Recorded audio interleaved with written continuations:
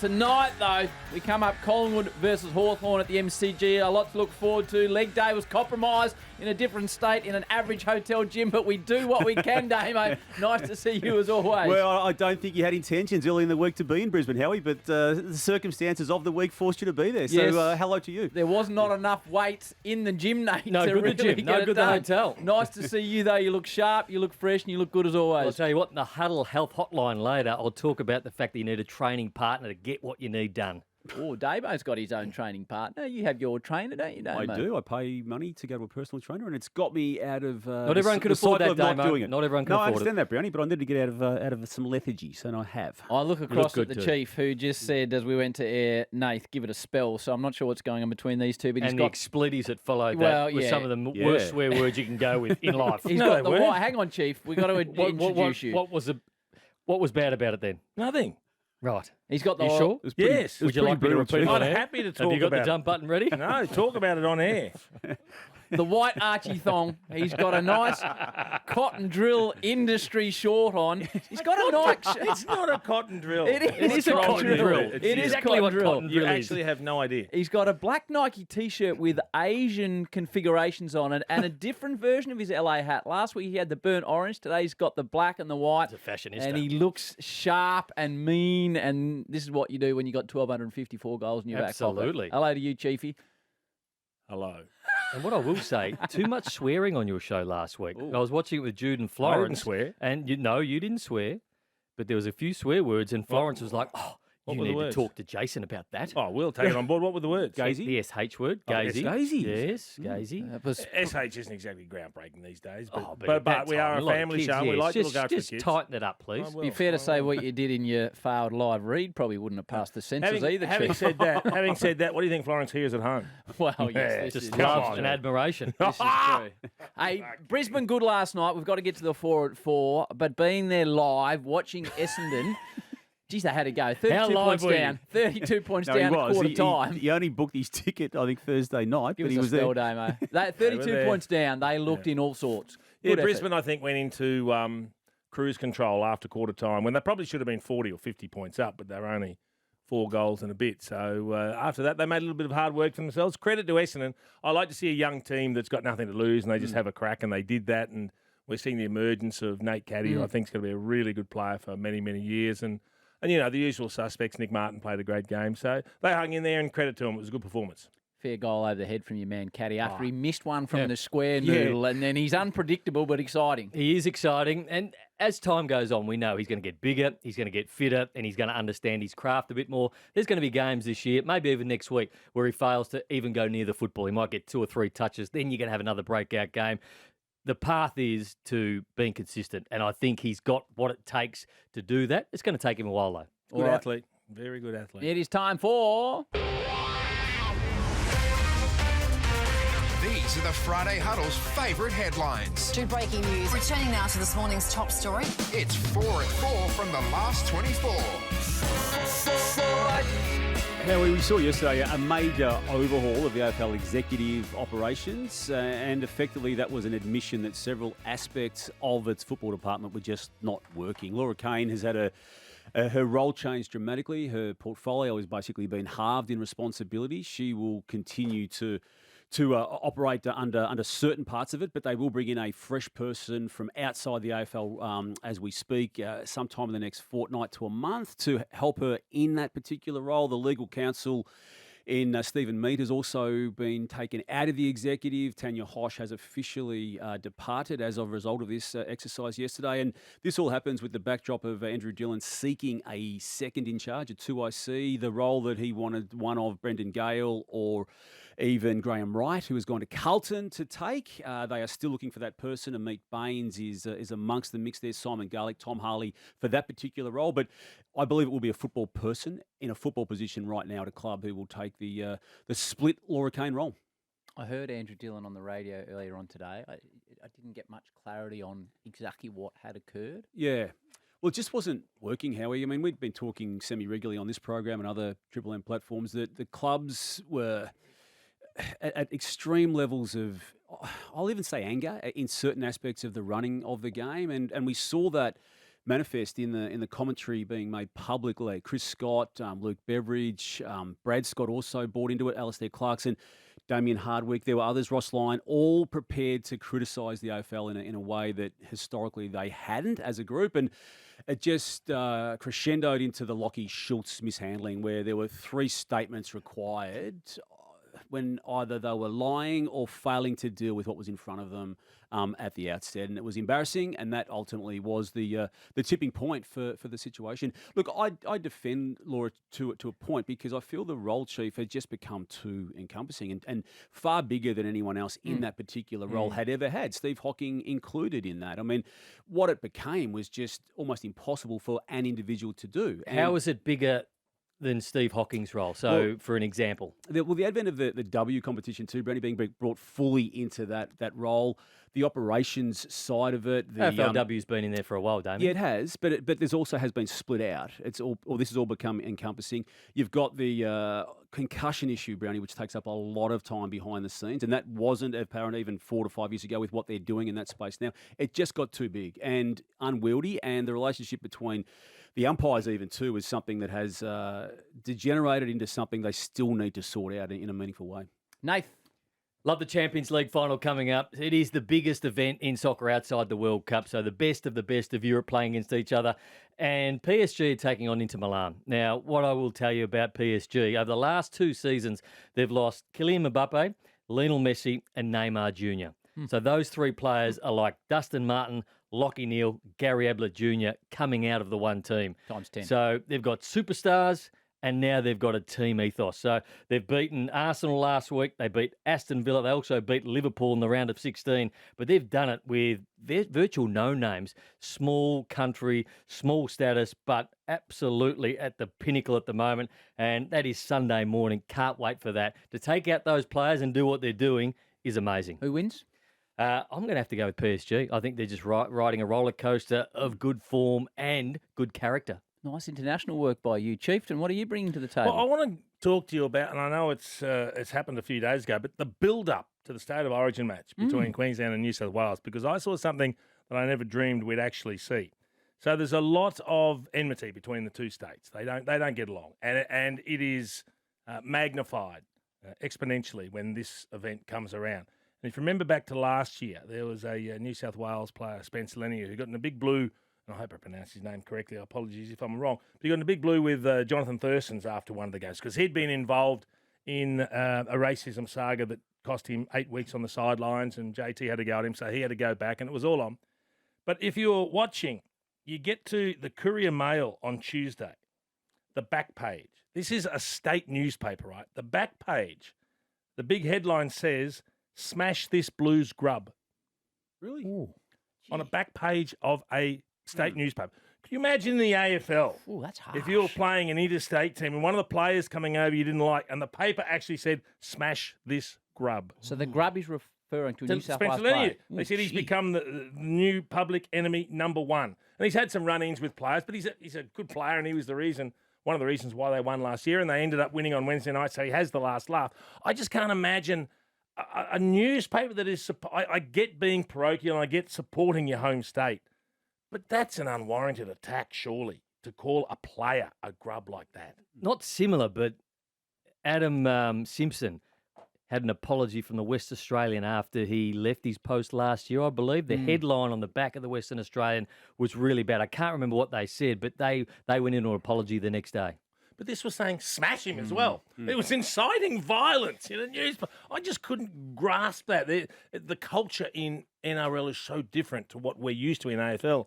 It boggles the mind. It's extraordinary build-up. You were still a Queenslander, Chief? I am still a Queenslander. There has been a discussion and very unhappy with the result. about marketing State of Origin, where the players used to be outspoken against their opponents, whereas they feel now they don't. So they reckon the media build-up is not quite as intense because the players, like, Billy Slater says nice things about New South Wales, and Bellamy and Laurie Daly say nice things about Queen. There's not that angst built up prior. It wasn't a great game either, Chief. It wasn't, No. was it? But it's become massive because the clubs are all up in arms because players get taken out of club games, even if they're on standby to play. And so the clubs are severely depleted but still have to play games either side. So I just found it fascinating. That's to me, is the most extraordinary headline I've ever seen in terms of taking one side on newspaper. What about you, Howard? I want to talk cricket.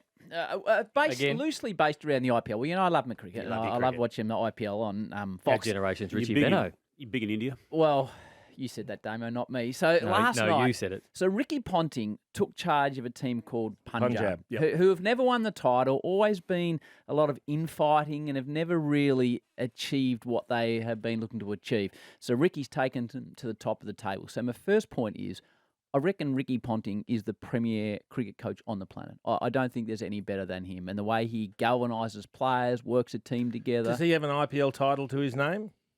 He does with Mumbai. With Mumbai. He won one with Before Mumbai. he went to Delhi. Yes, which didn't work out. Which But didn't I work, and still now he's think at if I Punjab, could yeah. choose any cricket coach, it'd be Ricky Ponting. Last night, though, his team got absolutely smoked by Virat Kohli's team. Virat's never won the IPL. But more importantly, Josh Hazlewood knocked over Ricky's team for 100 last night, took 3 for. There was a discussion coming into the World Test Championship. I put it to you 3. Stark will bowl for Australia. Cummins will bowl. There was a concern that Hazlewood had a shoulder and whether he or Boland would be that bowler. I think coming back into the IPL, only IPL, but again, coming back to form, bowling beautifully last night, taking 3 for, winning the match for his team so they go into the IPL final now.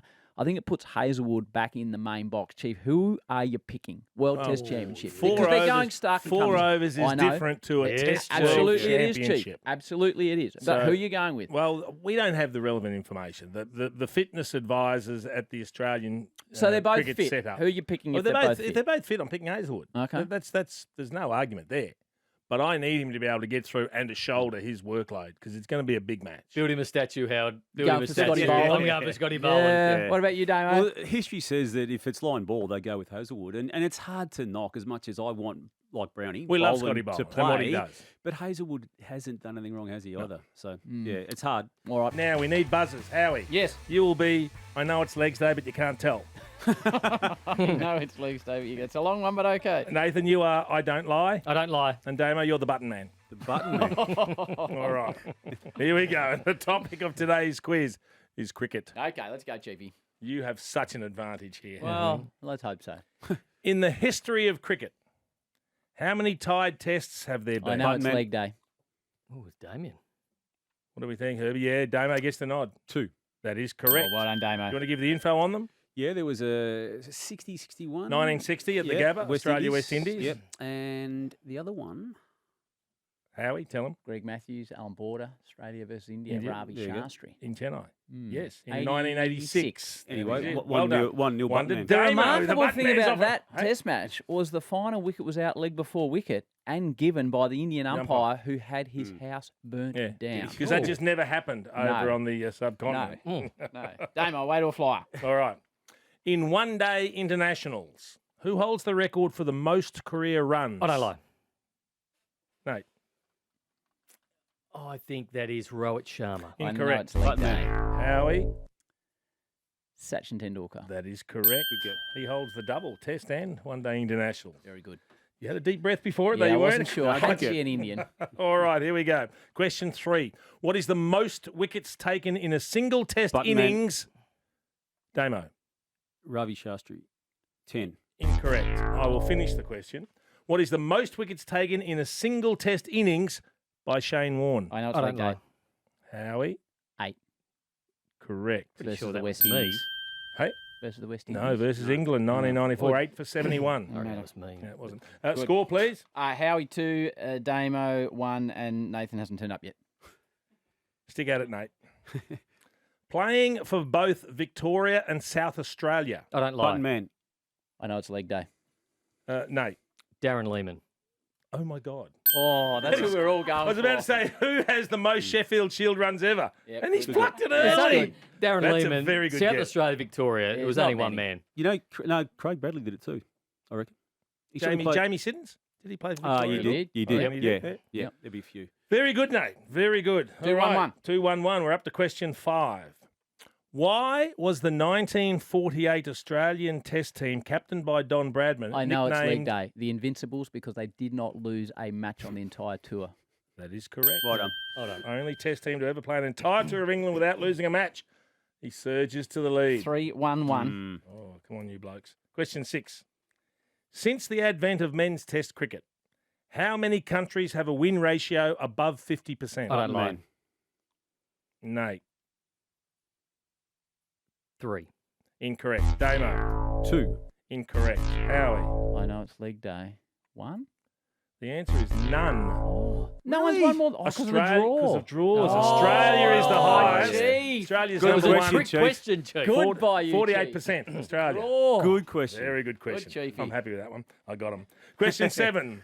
Between 2017 and 2021, who captained Australia in 23 tests? I don't lie. Button man. Nate.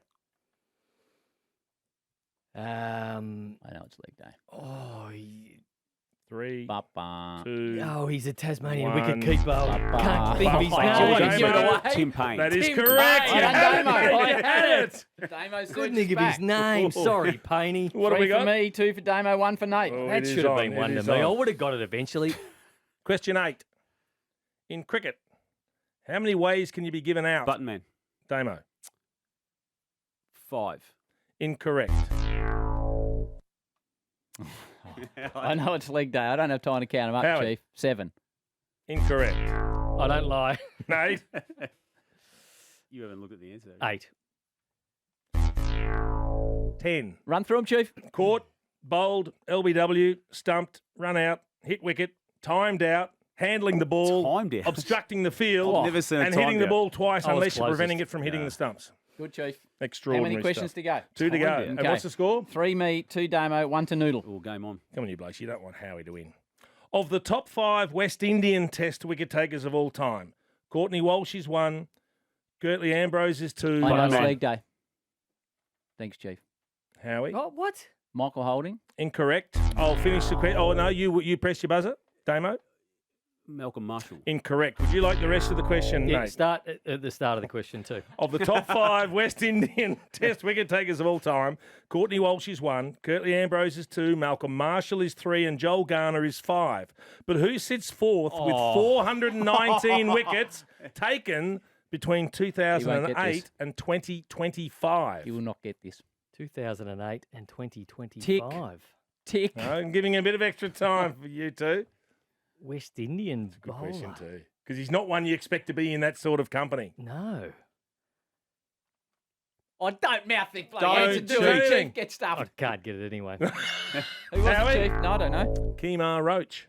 Kemar Roach. I wouldn't have got that. No, Should it's I? just Nah. longevity. He's played for so long and he just keeps battling Would away. not have got Ricky that. Ponting in Even. head. All So right. 3, 2, 1, last question. 3, 2, 1, and it's worth Even. double points. Kumar Oh, Roach. double questions.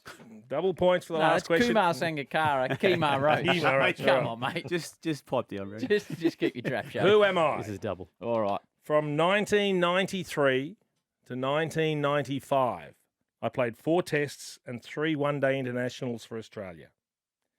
Standing 6'6", I've taken I know it's leg day. 400. Howie. Oh, no. I don't lie. Button man. The Tom ball Moody. gone early. Tom Moody. No, Howie went first. Tom Moody. Incorrect. Nate? I don't lie. Yes? No, I was next. No, okay. You've already I'm had sorry. me. Yeah, correct. Brendan Julian. I Incorrect. I didn't have Would my you like go. the rest of the question, Yes, Nate? please. All right, rest I of the don't know. question. He's gone. Chief, he already went with his button. I will start again. You took his answer. Are we all in? No, it's just for Nate. I played 4 tests and 3 one-dayers between 93 and 95. How tall was he? I'm 6'6". I've taken 485 first-class wickets, including 445 for my state. In my test debut, I stuck Desmond Haynes in the face and he retired hurt. I hold the career wickets record for Western Australia. I am Joe. Button man. Oh, he doesn't Oh, my know goodness. it. He I doesn't win. know. I win, This Chief. gets you in No, trouble, I Chief. win. No, you're out, Damo. I am Joe.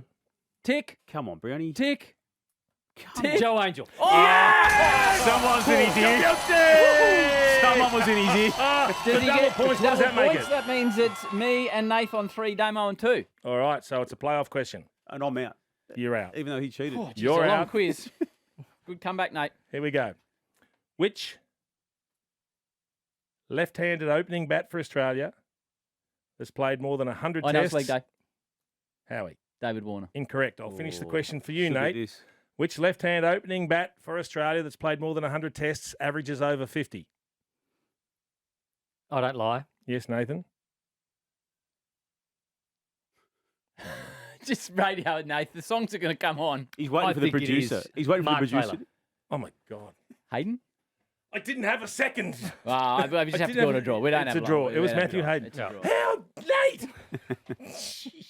Geez, you got Joe Angel late with a bit of help Frustrating. from Mark Howard with you, Jason Dunstall, Nathan Brown and Damien Barrett. We're 2 hours into the 3 hours of power till we hand over to one of the great Friday night game setups tonight. Hawthorn taking on Collingwood. We'll shortly speak about what happened last night at the Gabba. Saw that one firsthand, Damo, but there has been a lot of discussion about the AFL executive. That's how much this city and this town and the Southern States are obsessed with this game that we talk about executives with a great deal of interest. We do, and the massive changes that Andrew Dillon, the Chief Executive Officer of the AFL, made during the week, or certainly oversaw, and mainly impacting on the Football Operations Department. Laura Kane having that title.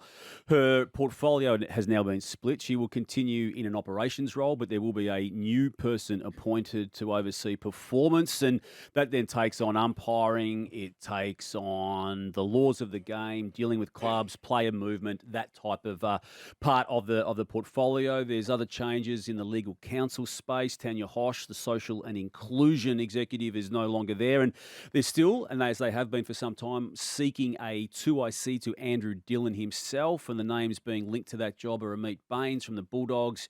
You've got Simon Garlick and Tom Harley from the Swans, Garlick from the Fremantle.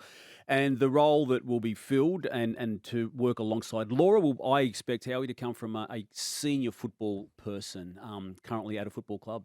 Tanya Hosh used to come in here a couple of times at Triple M and we'd have our briefings. A lovely lady, and I'll never forget, she came in and she said, if anybody has any questions for me, they want to ask me privately about inclusion or Indigenous affairs or minorities in the game, don't be afraid. My phone is always on, come and ring it. Made a real impression on me that she was so open and said she would speak to individuals just to try and spread the word of what she and her department were doing. Why is she no longer with the AFL? It's run its race, just the role and her role in it. It was probably some months, even years in the offing. There was even talk around one of those COVID years that there was something going to sort of bust in that space, Howie. But I'm with you.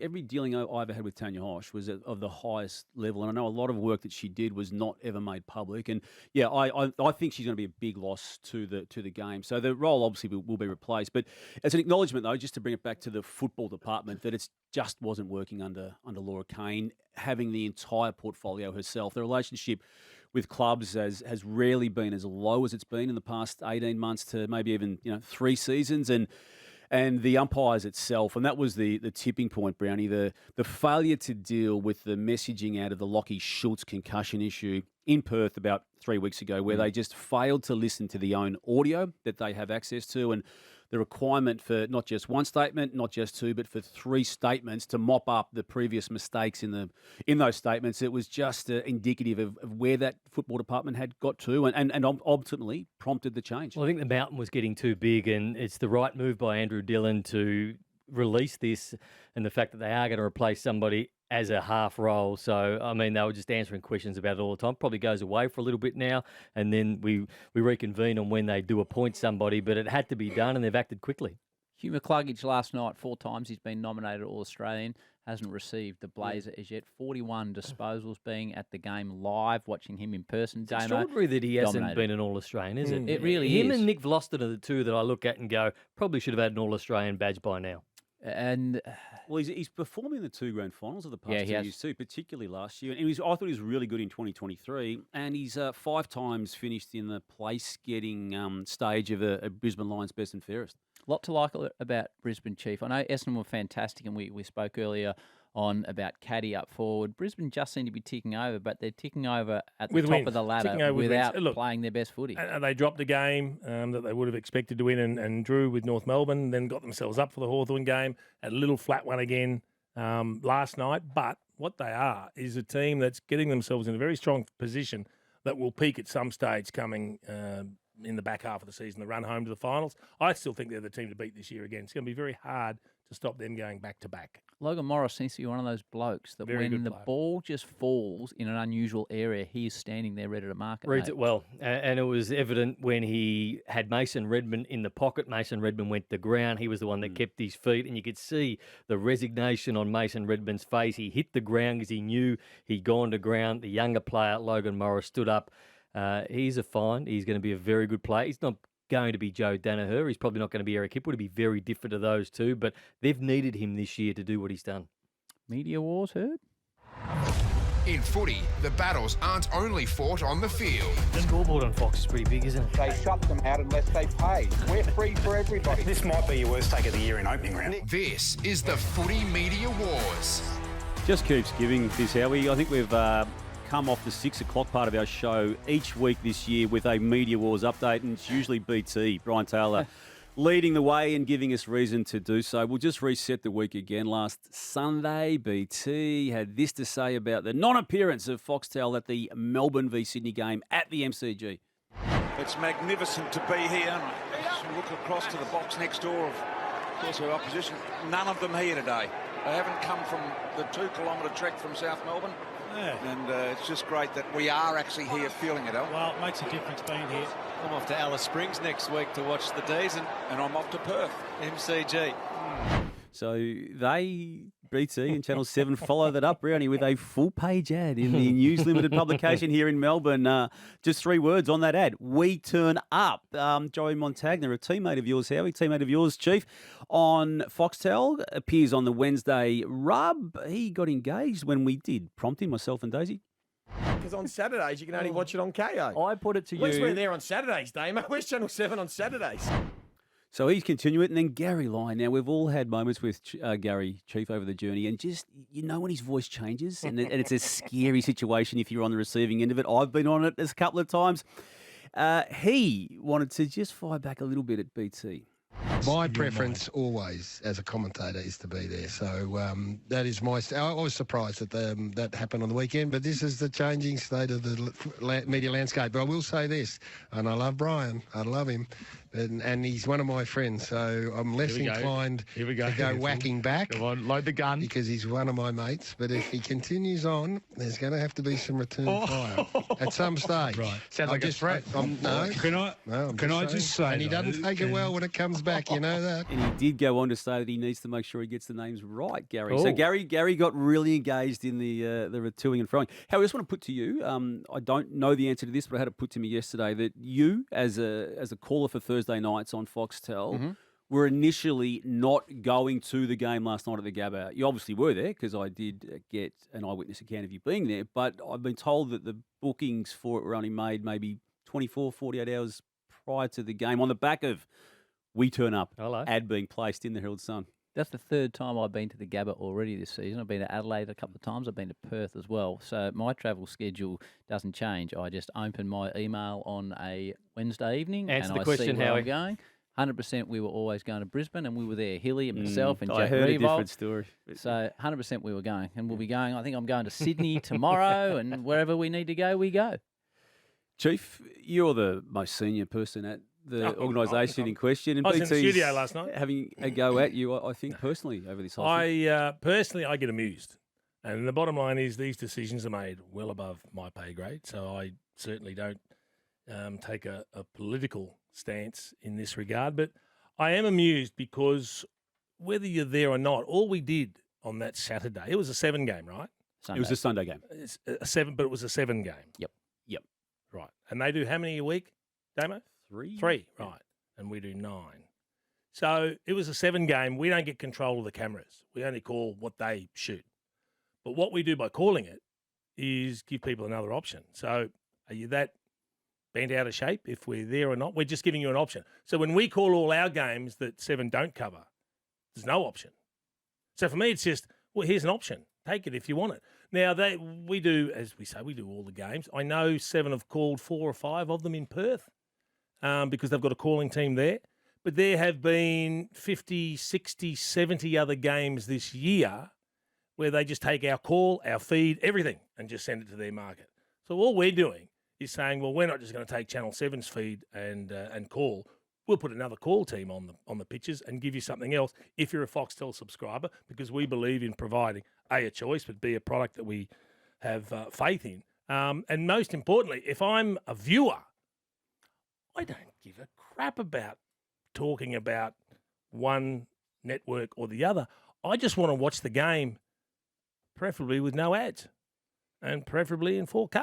There is and we give that option. So it perplexes me. I'm amused. It doesn't bother me one bit. You can hook into me as much as you like. I don't care. Do the people care? No. I'm not sure the people care that much either. Look, I do it. I'm not trying to say that to get a rise out of the two. Why do you care? Why do you care? Because I know how dear it is for a broadcaster of quality, and you are both that. Okay, you are both that. Fox Footy's helping to fund the AFL. Yeah, as our channel. That's 7. fine, Chief. You're able to turn up to a game, and again, I'm not saying this to be deliberately provocative, but I know for a fact you see more at a game, particularly someone who's played the game to the level you played it at.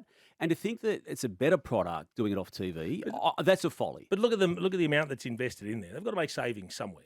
Well, there's 7. You put your hand up. I mean, they go to 3 games. Let's They not go to play 3 games. the welfare card now. We bid for the game, and I agree with you. You're paying more money than Foxtel, and you are propping the game up. There is no doubt Foxtel is providing most and giving money an for option for the games that are televised on 7, and now you're whinging about it. I don't get it. I just don't think it's a great look. Well, watch it on 7.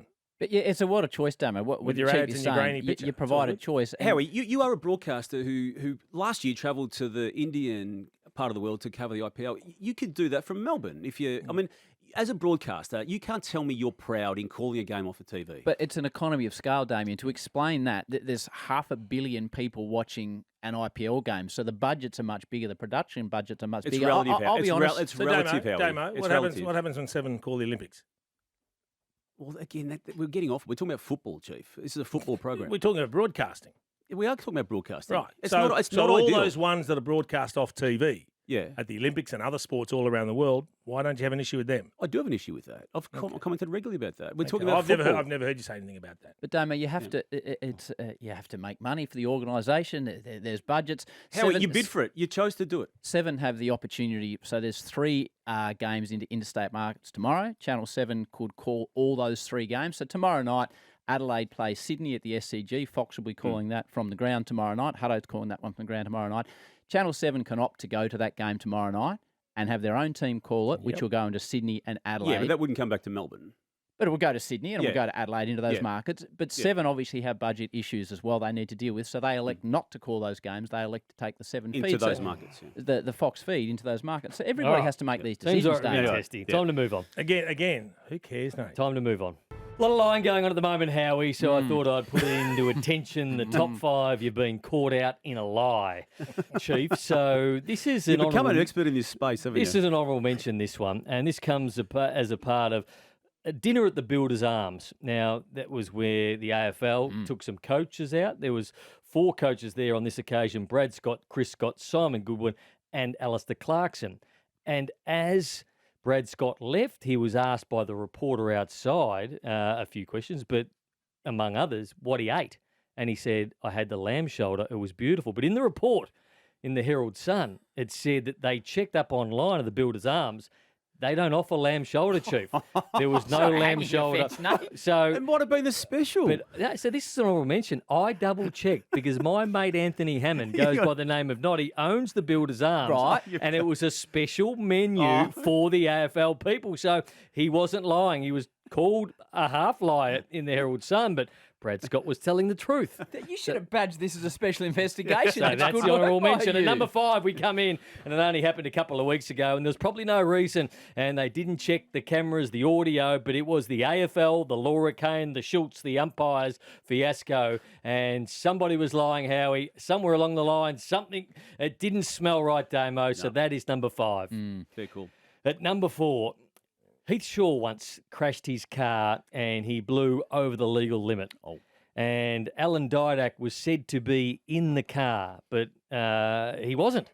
He wasn't found to be in the car because old Dids had hightailed it. And then they both got together and told Eddie Maguire that, no, Alan Didak wasn't in the car. So Eddie goes public with the fact that I trust these boys. I trust them 100%. If they say Dids wasn't in the car, he wasn't in the car. Half an hour later. It turned out Dids was in the car. Come on, Dids. Half an hour later, it was all exposed after Eddie went nuts. And went public with it. Back in 2017, Jordan De Goey couldn't play football because he had a broken hand. So he went to the football club, and like I talked about the cool fruits, he said he had broken his hand while playing with his dog. So the dog bit the hand, and the hand was crushed and had a broken hand. But unfortunately, He'd been in a bar fight the night before, and that's how he broke his hand, not with the dog. He threw his pooch under the bus.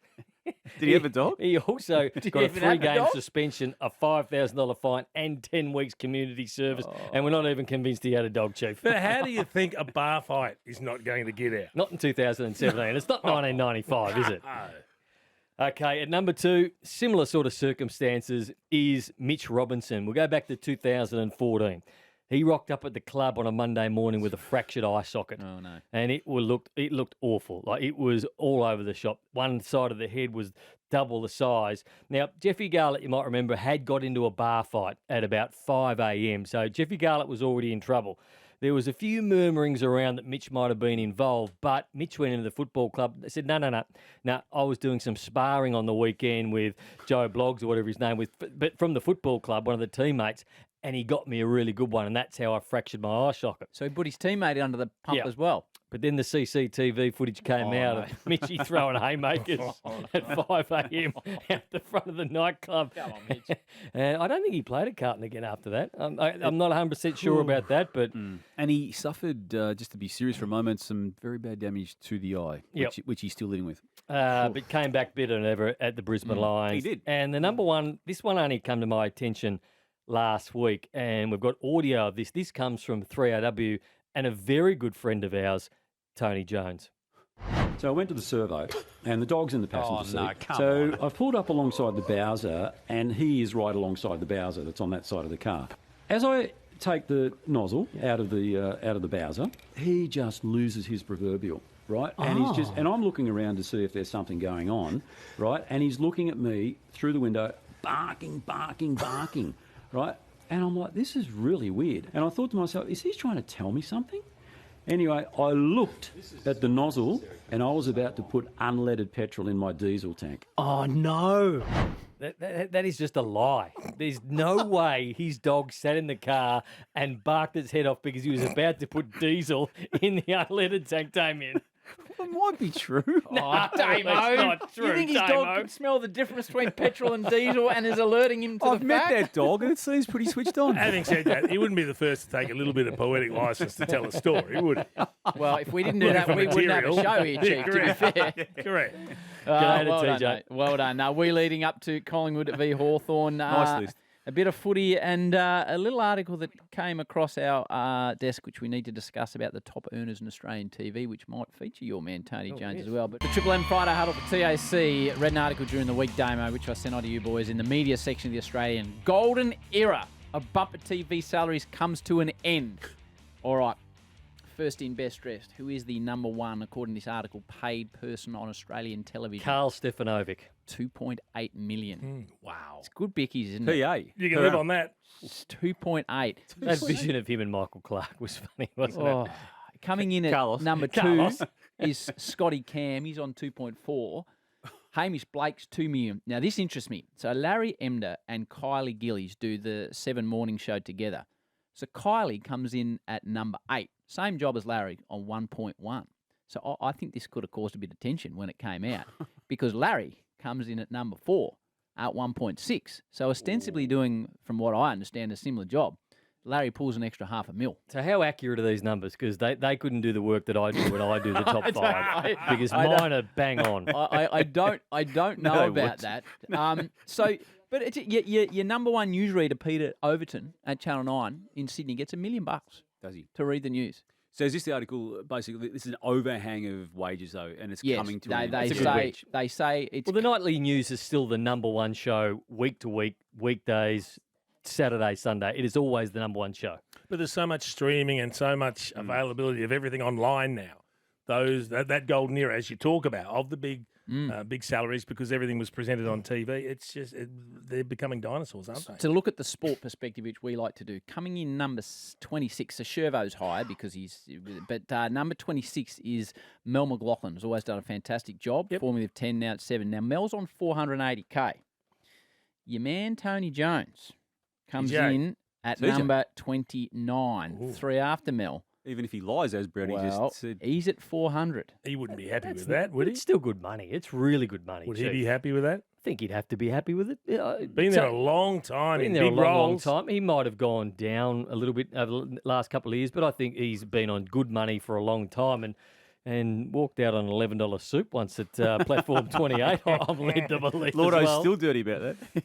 Rebecca Madden does a fine job on Seven and the News and their football coverage. $350,000 listed there. I think her on-ground interviews are very, very good. I think they are top class. Former host of the Footy Show too. Yeah. So With Limo. There's still money to be made. But what I'm saying to you, if you're a youngster that wants to get a job in the media, got to have many, many strings to your bow, Damo, because these salaries, I don't think they're continuing to go down this path, Damo. No, well, I think anyone who works in the caper has noticed it come off from what it was in the glory days. Has it? And yeah, absolutely it has. Okay. Maybe it hasn't for you, Take Howie, your word for it, Damo. Not at Fox, the 6x6. They're paying their talent so much, Brenny, they can't afford to send them to the grounds. Yeah, that's a good point, Damien. Over $1 million, Howie. Now, the connections and calculations that Herbie does with Tunners, we had a 4-minute segment, but it's gone back to Leroy's bong smoking days because we've actually, unbeknownst to you blokes, got 11.5. So we've still found 7.5 minutes. So we probably whipped through the salary discussion a bit quicker. How does that happen? I don't know, Herbie. What happened? Ads, right? No ads, right? So basically, you've got now what I'm going to term 7.5 minutes of gold, while you blokes paddle furiously. Damo, this is traditionally where we say. And Nate, go. No, I think Damo brings us some news. Bring us some news, please, Yeah, Guru. we will, and there is news around. The Carlton Footy Club chief reported during the week that Graham Wright, who is already known to be the successor for Brian Cook, and that officially, club standard statement-wise, will happen in October, but he will be given effectively the full set of keys in July, and I think it's the right timing for that to happen because there's a fair bit going on. They in the break at the moment, round 12, having one of 4 teams this week with the bye, with a 4-7 scoreline. They've got 3 relatively easier matches than they've had coming out of the bye, so they could, get back onto a finals campaign. But ultimately, they've got a situation where Tom de Koning, according to people even inside the club, more likely to go than stay. Now, they're hopeful they still retain him. He's got a massive offer from St Kilda. I just want to put up the possibility that one of Mackay and Curnow may also be discussed. Now, they're both on long-term contracts, and again, the party line will be, we're not going to entertain it. But Graham Wright is an agent of change. He did it with the coaching at Collingwood when he was there. He identified Sam Mitchell. You're saying you've heard whispers it's more of than this? whispers. It's more than whispers, yeah. If a club wanted to seriously put a proposal to Carlton, it would be privately considered. I'm not saying they'll execute it, but there's a conversation to be had with Graham Wright coming in. Which one of those two would you be after, Chief? Probably either if you wanted to add to your football I'd club. have to have a think about it, and it depends. It depends what you've got and what you need. But I think we're past the point of saying anyone is not for sale or not gettable these days. Everyone in the game now is gettable if the offer is right, and you weigh up what you get for it and what that is going to do for your club heading into the future. And I don't think Nick Dacos is gettable. I think he is a Collingwood person for life because of his brother, because of his dad, and how they're going to look after him. I don't think anybody could get Nick Dacos out of Collingwood. Well, if someone walked up and said, we're going to give you 10 by starting at $2 million, and it goes up every year after that, and we're going to give Collingwood 4 first-round draft picks and a couple of players on the back end. That's not going to happen, though. You think about it. But what I'm saying is there's a price for everything in the game now. And I think we've got to be respective of that and don't take it personally if some of your favourite players tend to move because clubs are making big offers, like you say, for Tom de Koning, which Carlton won't be able to match. And Graham Wright, too, was a person that Andrew Dillon wanted to get in as the 2IC, which he's yet to still fill the role of. He obviously took the Carlton job. On the back of what he did at Collingwood, prior to identifying Sam Mitchell, that forced the Hawthorn takeover with Sam Mitchell and Alistair Clarkson out because he wanted Sam Mitchell to at least be in the running for Collingwood. He then found Craig McRae on the back of an exhaustive search that he started from scratch once Mitchell said no. Prior to that, he'd helped move players out who were on contracts. Adam Treloar 1 year, Brodie Grundy the next year. They moved others out. Tom Phillips was another one they moved out in that period of time. It transformed that club very, very quickly from a low ladder position to Craig McRae's era straight back into a prelim final. So I raise all that. He is, I use the phrase, an agent of change. That's what Carlton, I believe, will be wanting him to do when he does get full control of it. Brian Cook's different. He's a man who is very consistent in what he does, and I think his assuredness around the club in the past 2 years with various storylines Luke Sayers, for instance, has been a calming reassurance for that club. But right now they're going into a phase, I feel, where they're going to change regardless of how the rest of this season looks. For a long time at Clubland, hasn't Brian Cook been unbelievable? One of the most respected figures in the game. Yeah, no, he has. And it goes way back to the West Coast Eagles days when he did the same thing there before 20-plus years at Geelong.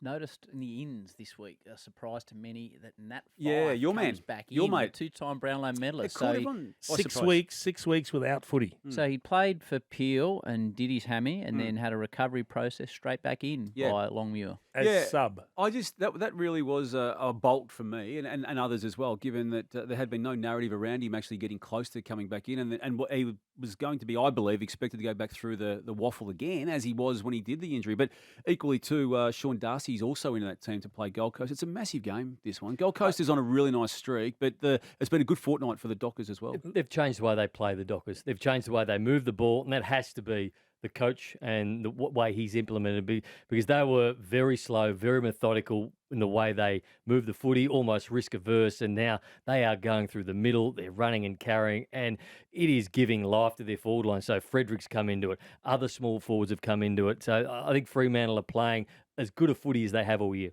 Let me ask you a question, Nate, because in the back of my mind, I'm thinking Freo needed to move past Nat 5, and not by not playing him, but by saying, let's not think about the Brownlow medalist who's our best player who's going to come in and be the panacea and fix everything.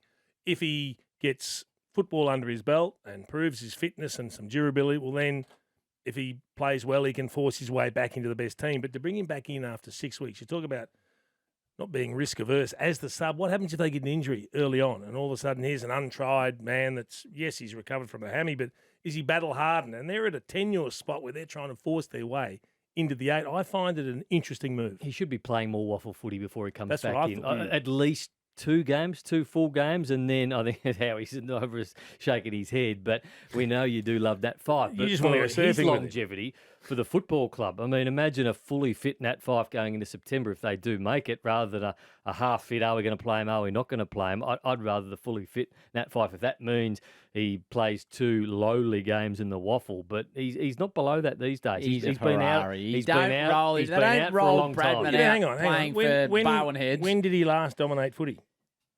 Well, to be honest, Brownlow medal year. He had a really good game or two last year against the Bulldogs, etc. But he has had a lot of injuries. He's played a lot of footy, Chief, more than we realised. It was a 20-plus game season he actually managed last year. It's just that it wasn't the same. There weren't many good ones. No, there weren't. And he hasn't been seen this year at AFL level until this weekend. And there's no longer flight in the AFL system than what he's experiencing too on the back of 6 weeks out with a hamstring. Bit of an aside, obviously in this job we get to spend time, deal with a lot of athletes. I've never met an athlete in any sport that is seemingly up against it like Nat seems to be externally, that has that much confidence and faith in his own ability to get himself right. What do you mean up against it externally? Well, Jason's saying that he should be coming back through the waffle. You're saying the same thing. Yeah, but what we think makes no difference to him, and he doesn't know that. He's been out for so long. So what is against him? No, I just think he has so much faith in his ability to get back to his best, and he does, obviously does a tremendous amount of work, but he's got an enormous internal confidence in his ability to get back where he wants to be. And it sounds like Fremantle have that confidence in him as well. Absolutely. I think we're done. We need to hand over to the MCG. We've got 7.5 minutes out. Hawks, Chiefy, how much they get the job done by tonight? Let's hope so, by a kick. Okay. I'm worried. I'm concerned. And well done to Holmes, Damo. Outstanding. Outstanding. Hand over to the MCG now. This has been the Friday Huddle for McDonald's and Ream Hot Water. Triple M, Rocks Footy.